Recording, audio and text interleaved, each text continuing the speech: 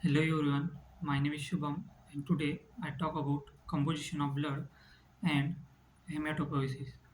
So the blood is the main circulating fluid in the human body and it is a fluid connected tissues derived from mesoderm. And the study of blood is called as hematology. So the blood is a bright red in color and slightly alkaline. That pH is 7.4 and adult has a 5 liter of blood which constitute about 8% of the total body weight. So the now um, functions of blood. So the first function is to transport of respiratory gases, oxygen and CO2, and to transport digested food material into the different body cells. And next function is to it is involved in protection of the body and defensive against disease, and it acts as a buffer and also helps in regulation of pH and body temperature.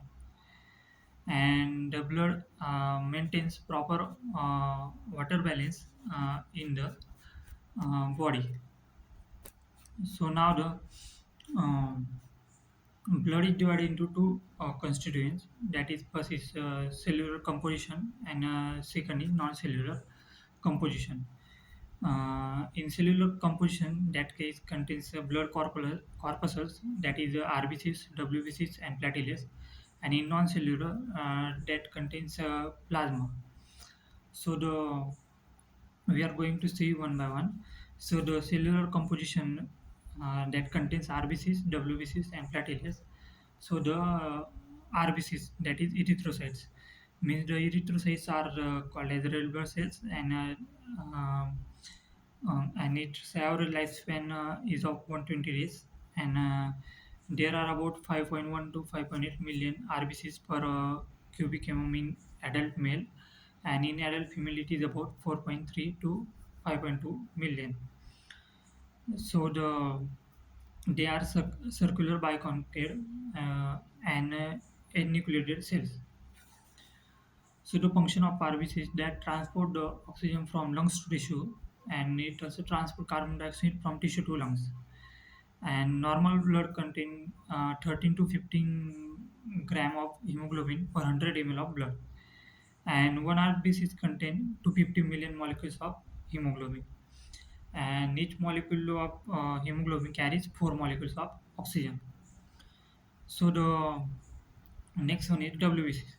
So the WBCs that's called leukocytes are also known as white blood cells. They are colorless nucleated and phagocyte cells, and it is size about 8 to 15 micron meter, and they are about 5,000 to 9,000 WBCs per cubic mm, and the average lifespan of WBCs that is 3 to 4 days. Now the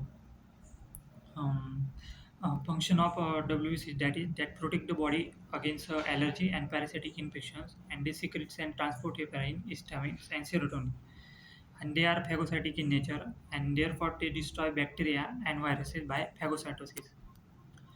So the WBCs are divided into another two parts, that is granulocytes and agranulocytes. In granulocyte, that is neutrophils, eosinophils, and basophils, and in agranulocyte, that contains monocytes and lymphocytes. So the um, uh, granulocyte contains neutrophil, eosinophils, and basophils.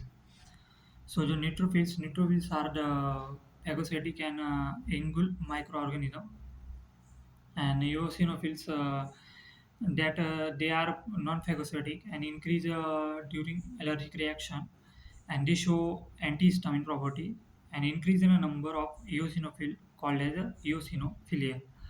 Now the basophil are they are non-phagocytic and they release heparin, anticoagulant, and histamine also. Now the granulocyte, that is lymphocyte and monocyte. Lymphocyte is produce antibodies and responsible for immune response of the body, and monocytes are the phagocytic and its function, so they known as scavenger.